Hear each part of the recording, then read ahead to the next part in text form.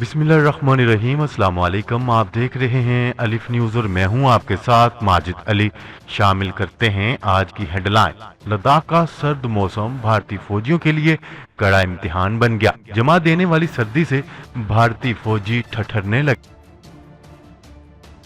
چین اور ایران کے درمیان معاہدہ، مغرب کے لیے بری خبر، معاہدے میں کون سا اہم معاملہ بھی شامل ہے، تفصیلات میں جانیے۔ شاہ محمود قریشی کے بیان کے بعد آرمی چیف سے سعودی عرب کی اہم ترین شخصیت کی ملاقات۔ لبنانی وزیر اعظم نے عہدے سے استعفیٰ دے دیا، جاتے جاتے بندرگاہ دھماکے کی وجہ بھی بتا دی۔ پاکستان نے بھارت سے اپنا اہم ترین مطالبہ منوا لیا۔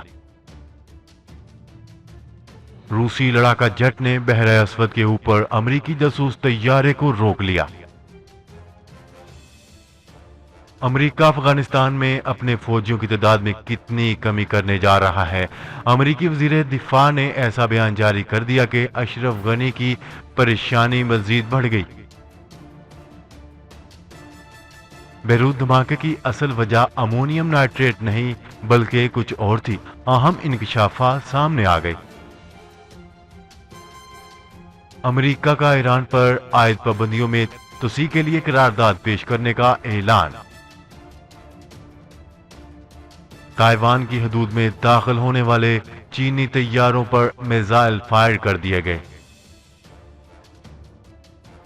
پاکستان اور دنیا بھر کی خبروں سے باخبر رہنے کے لیے الف نیوز کو سبسکرائب کر لیں اور بیل آئیکن کو کلک کرنا نہ بھولیے گا۔ ناظرین، اپنی آراء کا اظہار کمنٹ سیکشن میں لازمی کیجیے گا۔ ہیڈ لائنز آپ نے جانی، اب بڑھتے ہیں خبروں کی تفصیلات کی طرف۔ لداخ کا سرد موسم بھارتی فوجیوں کے لیے کڑا امتحان بن گیا، جمع دینے والی سردی سے بھارتی فوجی ٹھٹھرنے لگے۔ گزشتہ 3 ماہ سے زیادہ کا عرصہ گزر چکا ہے جب سے بھارت اور چین کی فوجیں مختلف مقامات پر آمنے سامنے ہیں۔ دونوں ممالک کے درمیان مذاکرات جاری ہیں، مگر لداخ کا سرد موسم بھارتی فوجیوں کے لیے کڑا امتحان بن چکا ہے۔ مزید فوجیوں کی تعیناتی اور آنے والے دنوں کی تیاریوں سے بھارتی فوج زبردست دباؤ میں ہے۔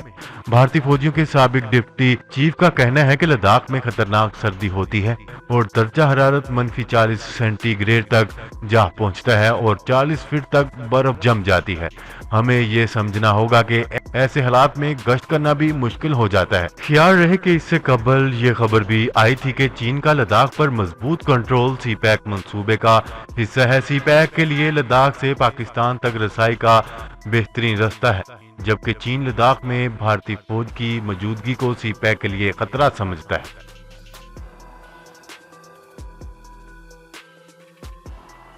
خبر کے اگلے حصے میں بات کرتے ہیں۔ حال ہی میں منظر عام پر آنے والی ایک دستاویز سے معلوم ہوا ہے کہ چین اور ایران کے درمیان ہونے والے معاہدے کی مدت 25 سال ہے۔ یہ ایک ایسا اسٹریٹجک شراکت داری معاہدہ ہے جس میں تجارت، سیاحت، ثقافت اور سلامتی کے شعبے شامل ہیں۔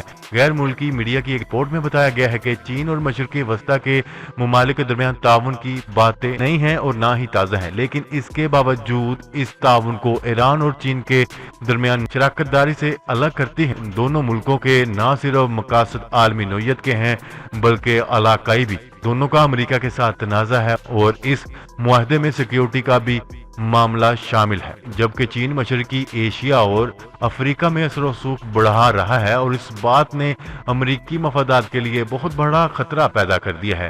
دیکھا جائے تو مشرق وسطی وہ دوسرا محاذ ہو سکتا ہے جہاں بیجنگ واشنگٹن کی اجارہ داری کو چیلنج کر سکتا ہے، اور اس مرتبہ یہ کام وہ ایران کے ذریعے کرنے جا رہا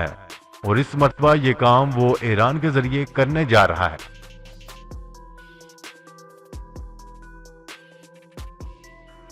خبر کے اگلے حصے میں بات کرتے ہیں۔ Chief of army staff general Qamar Javed Bajwa سے سعودی عرب کے سفیر کی ملاقات ہوئی، جس میں باہمی دلچسپی کے امور پر تبادلہ خیال کیا گیا۔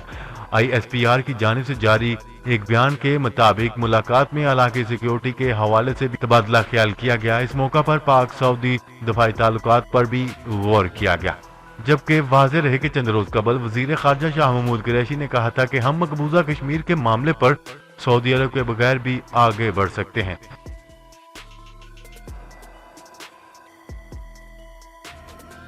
خبر کے اگلے حصے میں بات کرتے ہیں۔ لبنانی وزیر اعظم نے اپنا استعفیٰ دے دیا۔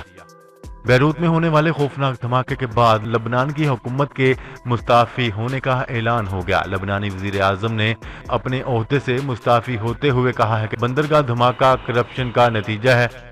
کرپشن کی جڑیں ریاستی نظام سے زیادہ مضبوط ہیں۔ ان کا مزید کہنا تھا کہ سیاسی طبقوں نے ملک کو قرضوں کے بوجھ تلے دبا دیا ہے۔ حسن دیاب نے مزید کہا ہے کہ بندرگاہ دھماکہ کے ذمہ داروں کو انجام تک پہنچانے کے مطالبے پر عوام کے ساتھ کھڑے ہیں۔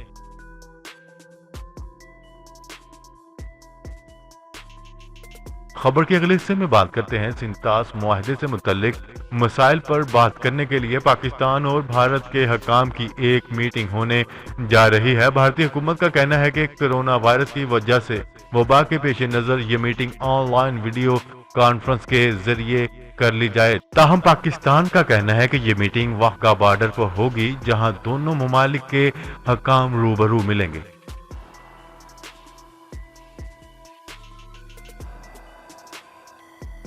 خبر کے اگلے حصے میں بات کرتے ہیں ایک روسی Su-27 لڑاکا جیٹ نے بحر اسود کے اوپر امریکی بحریہ کے ریڈیو ٹیکٹیکل جاسوس ہوائی جہاز روک دیا۔ یہ بات روسی وزارت دفاع نے بتائی، جس میں کہا گیا ہے کہ 9 اگست کو روسی ایئر سپیس کنٹرول نظام نے بحر اسود کے غیر جانبدار سمندر کے اوپر ایک فضائی ہدف کا سراغ لگایا جو کہ روسی ریاست کی سرحد کی جانب بڑھ رہا تھا۔ خبر کے اگلے حصے میں بات کرتے ہیں امریکی وزیر دفاع مارک ایسپر نے تصدیق کی ہے کہ افغانستان میں امریکی افواج کو نومبر کے اختتام تک کم از کم 5000 تک کم کر دیا جائے گا۔ امریکی ٹیلی ویژن کو دیے گئے ایک انٹرویو میں وزیر دفاع مارک ایسپر نے کہا ہے کہ ہم نومبر کے آخر تک افغانستان میں امریکی فوجیوں کی تعداد 5000 سے کم کرنا چاہتے ہیں۔ ہمیں کانگریس کو بریف کرنا پڑے گا، دیکھتے ہیں کہ کیا صورتحال بنتی ہے۔ اس سے قبل رواں ہفتے امریکی صدر ڈونلڈ ٹرمپ نے اپنے انٹرویو میں افواج میں کمی لانے کا بھی انکشاف کیا تھا۔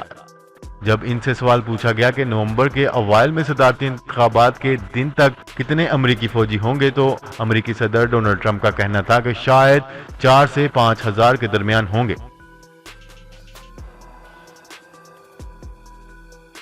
خبر کے اگلے حصے میں بات کرتے ہیں دھماکہ خیز مواد کے ماہرین نے انکشاف کیا ہے کہ بیروت کی بندرگاہ پر امونیم نائٹریٹ کا ذخیرہ نہیں تھا بلکہ دھماکہ فوجی میزائل چلنے کی وجہ سے ہوا ہے۔ تفصیلات کے مطابق رواں ماہ 4 اگست کو لبنان کے دارالحکومت بیروت میں ہونے والے دھماکوں کے نتیجے میں 160 افراد ہلاک جبکہ 6000 سے زائد افراد زخمی ہوئے ہیں۔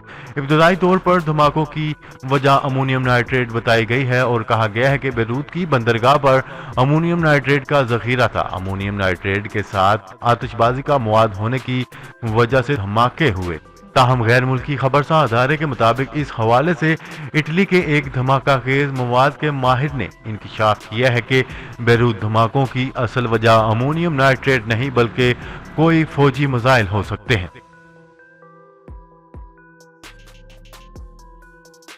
خبر کے اگلے حصے میں بات کرتے ہیں امریکی سیکرٹری خارجہ کا ایران پر عائد پابندیوں کے خاتمے سے متعلق کہنا ہے کہ امریکہ رواں ہفتے سلامتی کونسل میں ایران پر لگائی گئی پابندیوں میں توسیع کی قرارداد پیش کرے گا۔ غیر ملکی خبرساں ادارے کی ایک رپورٹ کے مطابق ایران پر اسلحے کی خرید و فروخت کے لیے عائد پابندیاں رواں برس اکتوبر میں ختم ہو رہی ہیں، جس کے خلاف امریکہ اور اس کے اتحادی ممالک سر جوڑ کر بیٹھ گئے ہیں۔ مائک پومپیو نے گزشتہ روز micro blogging website Twitter پر اپنے پیغام میں کہا ہے کہ جی سی سی کا سلامتی کونسل کو ایران پر عائد پابندیوں میں مزید توسیع کے متعلق خط بھیجنا جرأت مندانہ اعلان ہے۔ خبر کے اگلے حصے میں بات کرتے ہیں تائیوان کی حدود میں داخل ہونے والے چینی طیاروں پر میزائل فائر کر دیے گئے۔ چینی لڑاکا طیارے نے مختصر وقت کے لیے دونوں ملکوں کے درمیان حساس سمندری پٹی پار کی جس پر ملکی فضائیہ نے انہیں واپس بھیجنے پر مجبور کر دیا۔ تفصیلات کے مطابق تائیوان کی وزارت دفاع کا کہنا ہے کہ پیر کی صبح چینی لڑاکا طیاروں نے مختصر وقت کے لیے دونوں ملکوں کے درمیان حساس سمندری پٹی پار کی جس پر ملکی فضائیہ نے انہیں واپس جانے پر مجبور کر دیا۔ جی تو ناظرین آج کے لیے اتنا ہی، مزید خبریں لے کر بہت جلد آپ کی خدمت میں حاضر ہوں گے، تب تک کے لیے اپنا خیال رکھیے گا۔ اللہ نگہبان۔ پاکستان زندہ باد، پاکستان آرمی پائندہ باد۔